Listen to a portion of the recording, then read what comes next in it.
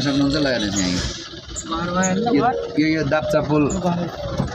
पुलबाट मुनि झरेपछि यो रोडै छैन सफा पारेर यहाँ भित्रसम्म हानेर होइन म यहाँ तल हेर्नु देख्न सक्नुहुन्छ घर हेर्नुहोस् यहाँ अब घर त यस्तो रोडको बिचमा छ हेर्नुहोस् रोडको बिचमा भन्दा अब खोलाको बिचमा यहाँको घर चाहिँ खोलाको बिचमा हेर्नुहोस् त बिचरा कति रुवाबासी भएको छ यहाँ यस्तो कौशीको त्यो चाहिँ चिया खाने त्यो किचनको त्यो किचन टेबल हेर्नुहोस् न अझ मजाले देख्न सक्नुहुन्छ त्यो घर है खोलाको बिचमा है साथी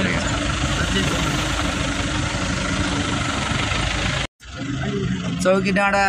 नपुग्दै अलिकता ओराबाट राइट साइडबाट चाहिँ यसरी बाटो बनाइएको छ पिच रोड तपाईँले देख्न सक्नुहुन्छ यहाँ माथि थियो होइन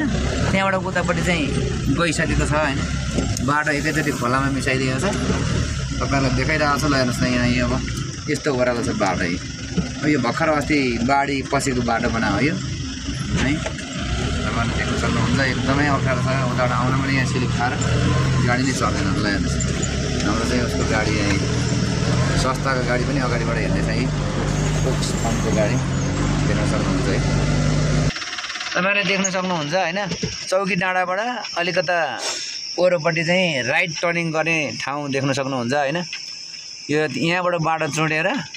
माथि मेन रोडबाट घुमेर चाहिँ यहाँ तल खोलामा आउने बाटो हो होइन यो चुँडेर देख्न सक्नुहुन्छ बाटो नै छैन एकैचोटि तल खोलामा हेर्नुहोस् त तल खोलामा ल यस्तो अवस्था छ हेर्नुहोस् बाटो चाहिँ मेन रोड चाहिँ माथि है साथीहरूलाई रोसी गाउँपालिकामा हामी आइसकेका छौँ रोसी पुल कटेर रोसी गाउँपालिका जाने बाटो चाहिँ यता माथिबाट छ तपाईँले देख्न सक्नुहुन्छ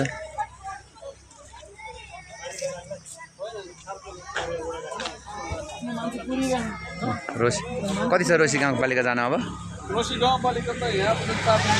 4 किलोमिटर 400 मिटर मात्र अगाडि यही सात चौकमा चाहिँ 7 किलोमिटर लगभग ओके ल धन्यवाद तपाईँहरूलाई